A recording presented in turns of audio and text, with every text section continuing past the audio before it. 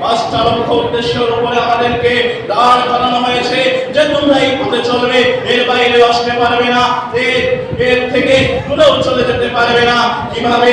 লক্ষ্য উদ্দেশ্য হচ্ছে আল ইসলাহুল আকীদা, আকীদা সংশোধন। সর্বপ্রথম একজন সুফান কর্মীকে আকীদা সংশোধন করতে হবে।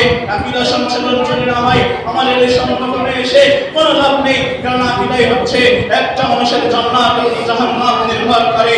জান্নাতে যদি আপনি যেতে চান আপনার আকীদাকে সংশোধন করতে হবে, এবং আপনি যদি আকীদা সংশোধন না করেন সেই কঠিন বিচারের দিনে আল্লাহ তাআলা আপনাকে জাহান্নামী হিসেবে ঘোষণা করবেন।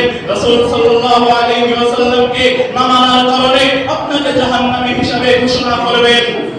দ্বিতীয় হচ্ছে আদ-দাওয়া ওয়াত তাবলীগ, যেটা আমরা করে থাকি প্রতি সপ্তাহে আমরা দাওয়া এবং তাবলীগের কাজ করে থাকি।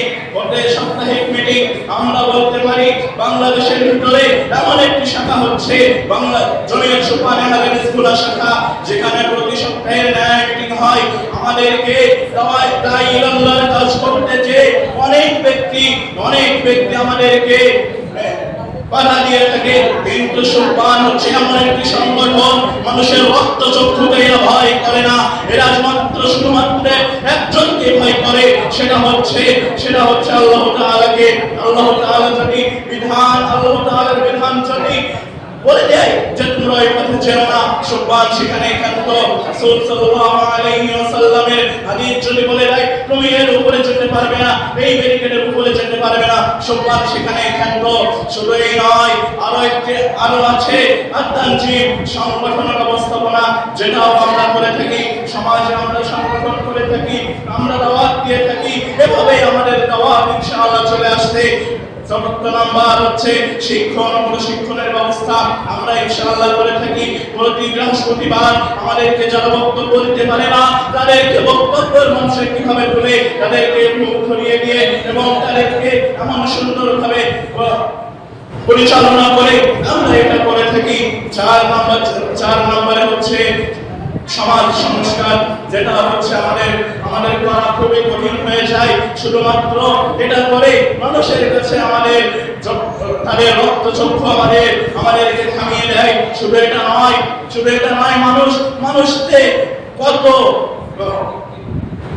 মানুষ এমন ভাবে আমাদেরকে দমিয়ে রাখতে চায় যে তারা তোমরা শুধু মসজিদের ভিতরে আটকে থাকো, কিন্তু না।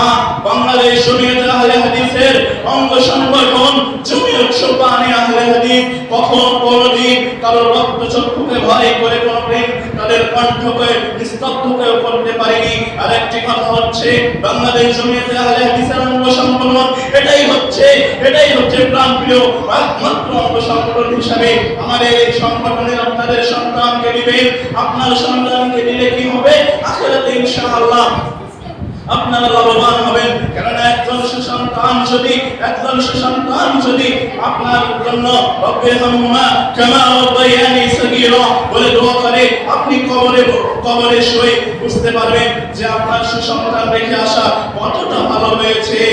আর যদি আপনি মৃত্যুর পর আপনার সন্তান তার বাসা নিয়ে ব্যস্ত থাকে, বিড়ি, সিগারেট, গোল, তামাক, জর্দা এবং গাঞ্জা, সিগারেট এসব নিয়ে যদি আপনার সন্তান যদি মগ্ন থাকে, ইনশাআল্লাহ দেখবেন আপনার সেই কবরে কি হয়।